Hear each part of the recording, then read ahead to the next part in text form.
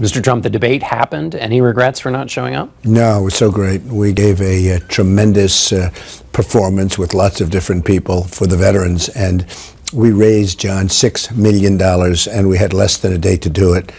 And I had fantastic people putting up a lot of money. Carl Icahn gave $500,000. I gave $1 million. We raised $6 million for the vets in less than a day. And on top of that, we got great coverage because the debate was not as exciting as what we did. But it's about more than that. In 2011, you were going to participate in a Newsmax debate, and you said of the Republicans who weren't going to show, you said, we're not seeing a lot of courage here, are we? Not a lot of courage. These Republicans, they're supposed to be brave. Why can't that be said about you? Well, they should have showed because there was no reason. Now, I was doing the moderation. I mean, it was for a Newsmax thing, and I just said, you know, they asked me, the owner is a friend of mine, Chris Ruddy, a very good guy, and he said, would you do it? I said, I've never done that before. I guess I'd do it. What about the bravery charge? No, but here's the difference.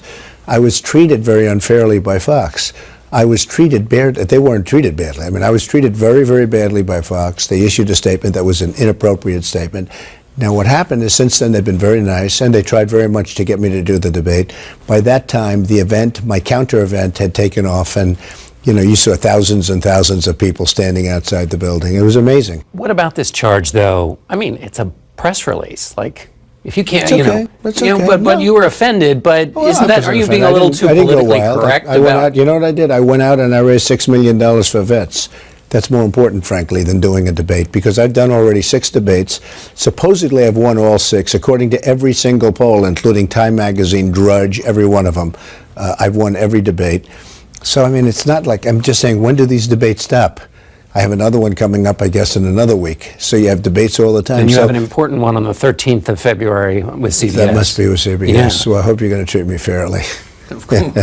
Let me ask you about the veterans. Some veterans groups have said that you use the veterans as a part of a political stunt, that you were, you know... I haven't even seen that. I haven't seen that. They were so happy last night. We had tremendous numbers of vets there. You saw the crowds outside, thousands of people standing outside. It was only about 750 seats because it was a theater. But we had thousands of people outside. We had cameras set up. It was incredible. And boy, the vets really loved it. I hadn't heard that anybody was. Why would they be against raising money? Well, I guess the idea is you were offended by Fox, wanted to get, you know, not be in the debate, and then you concocted the veterans thing kind of as an afterthought. I mean, honestly, I haven't heard about this, but you know, if you tell me that, I can tell you that the vet groups that we dealt with are so happy, and they're going to be splitting up $6 million. That's pretty good. 22 organizations. Wounded Warriors is not on the list of the 22 you're giving to. Why not?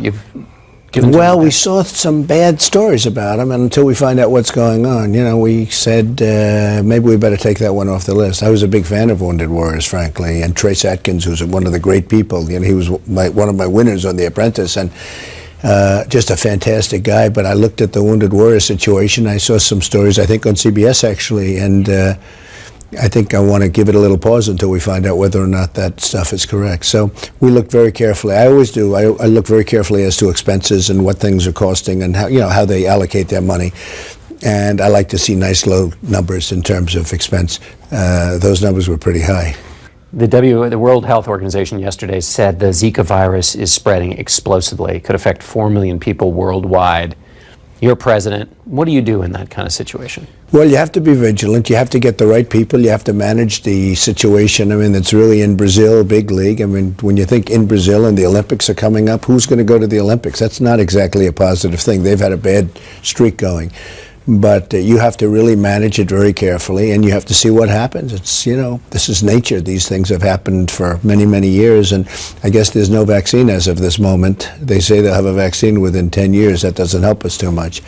But it's something you have to be very vigilant. You have to be very careful. What about sending American help to help the areas that have been affected? Well, I guess you could do that, but you have to be very careful when they come back. I mean, you have to see. It's not the kind of thing like Ebola. It's not, you know, that kind of a thing because it dissipates after a period of a few weeks. But still, you have to be very careful. It really seems to have the biggest impact on a mother with newborn children. It really affects the child the most. So you have to be careful. The Washington Post had a poll. We're going to talk about some polls. The Washington Post had a poll that said 7 in 10 voters have a high level of anxiety about you. Why do you think that is? Well, look, I'm a strong guy. I'm going to make a country great again, which is what we want. And I would say that, I can think of people that maybe they would have a little bit less anxiety about, but they won't get anything done. And we're in trouble. We owe $19 trillion. It's going to be $21 trillion very soon because of the new budget that was just approved. I think that, if I look at polls, I'm beating Hillary Clinton in a couple of polls and very substantially beating her. I'm doing very well in the polls. Actually, with the Republican Party, I'm leading by a lot. It's not even close. Do you think it's, though, you've talked about how you like to be unpredictable. Is that unpredictability what causes people anxiety? Yes, I think so. I think we have to be unpredictable. Our enemies know what we're going to do, whether it's battle, whether it's war, whether it's finance. I mean, you have to be somewhat unpredictable. As an example, if I win, right now I'm the leader by a lot in terms of the Republican side, and I'm beating Hillary in the polls. I hate to give you, as an example, an answer. You'll ask me a question, a very strategic question, maybe a military-type question, and I have a very strong answer in mind. But there's something about giving you that answer that bothers me very much, because basically the enemy's getting that answer. But what about if you're president, people have this anxious feeling about you. What are you going to, you got to fix that. People can't be all anxious about their president. I don't think they do, though, Jen. I really don't. I think that once they know me, in fact, I was listening to one of your cohorts recently, last week, and they said they have never seen favorables go up so much, so fast as my favorables. You get into a lot of Twitter. No, but you understand that. Yeah, and you know that's happened. My favorables have gone up so much, so rapidly, and they also said, especially for somebody so well known, that it was almost unheard of. But my favorables are very good now, and they said they've never seen anything like that. But I think you would. So they have to get to know me. Yeah, but there's a lot of drama around your campaign. You're occasionally in Twitter wars. Is that presidential? Do you think these Twitter back and forth fights? Well, I'm in Twitter wars before really I was a politician, and now I'm carrying it out. Don't forget, I started out with 17 people, including myself. Now a lot of them are dropping out, and many more will be dropping out, and we'll get it down to a normal number. But I was being barraged from all different sides. Having Twitter is great.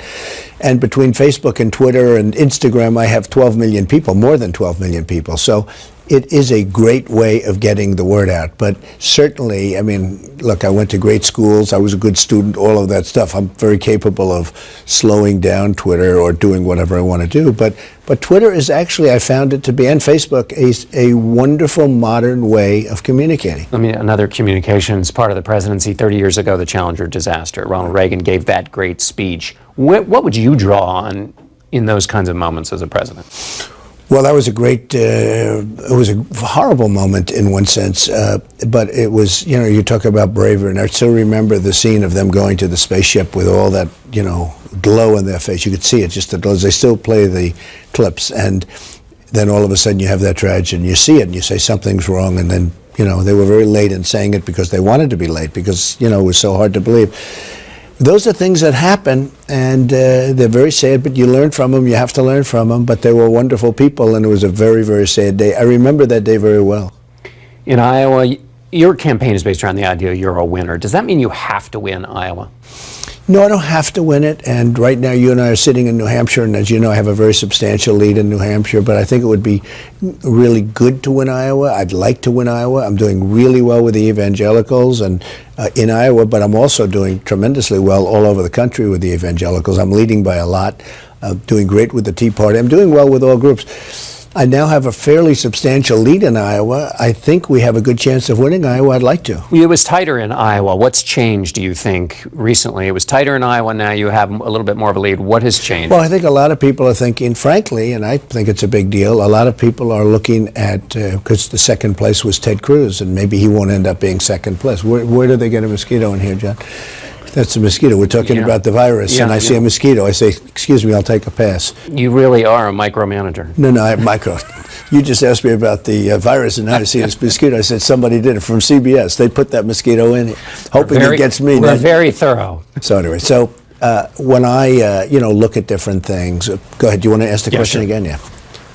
You may want to leave the mosquito thing in there. I don't know. It's probably good television, but who knows? Go ahead. Weeks ago, it was tighter in Iowa. Now you're ahead by a little more. Why do you think that is?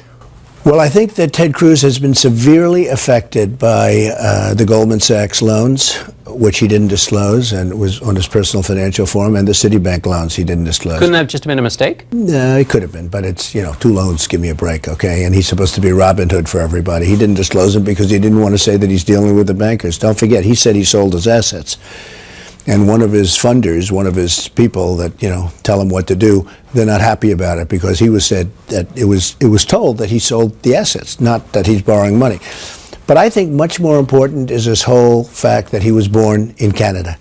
And he was a citizen of Canada until 15 months ago. And there is much law right now, and a lot of constitutional lawyers are coming out. Lawrence Tribe is sort of middle ground. In other words, he says it's untested.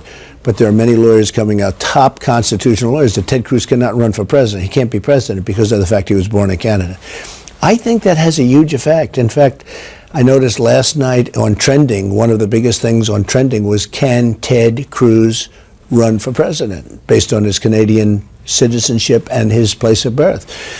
And I think that has a huge impact on his numbers. And I think, I've gone up very much in Iowa. He's gone down very much in Iowa. But I'll tell you what, you can't nominate somebody that maybe is not going to be able to run. There's a real question. There's a real cloud on title. And if you do, I think it's very unfair to him, but I think it's very unfair to the Republican Party because the Democrats have already said they will sue. At your rallies, you say things, and I talk to people who attend your rallies, and they like that you are uncompromising. I also talk to Washington insiders, some lawmakers who are overcoming their skepticism about you by thinking he's going to compromise, he's going to make deals in Washington. Which one is right?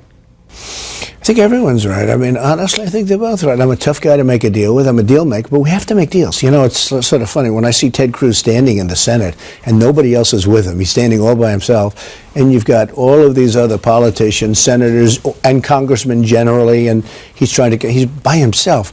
It's wonderful, and I can understand how a radio show host could say, oh, isn't that wonderful? You're not going to get anything done. You've got to be able to get things done. Ted doesn't have an endorsement from one United States senator. But he'd say that's great because, as you have said, you've said such terrible things about them in Washington. Why would you want endorsements but you got to have, they're not bad people. A lot of them are very good people.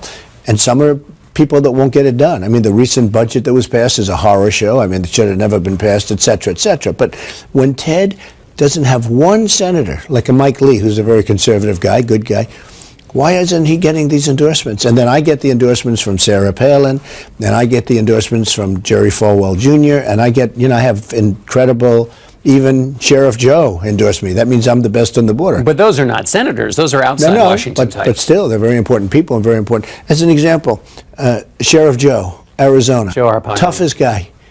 He endorsed Trump. You know what that means? I'm toughest on the border.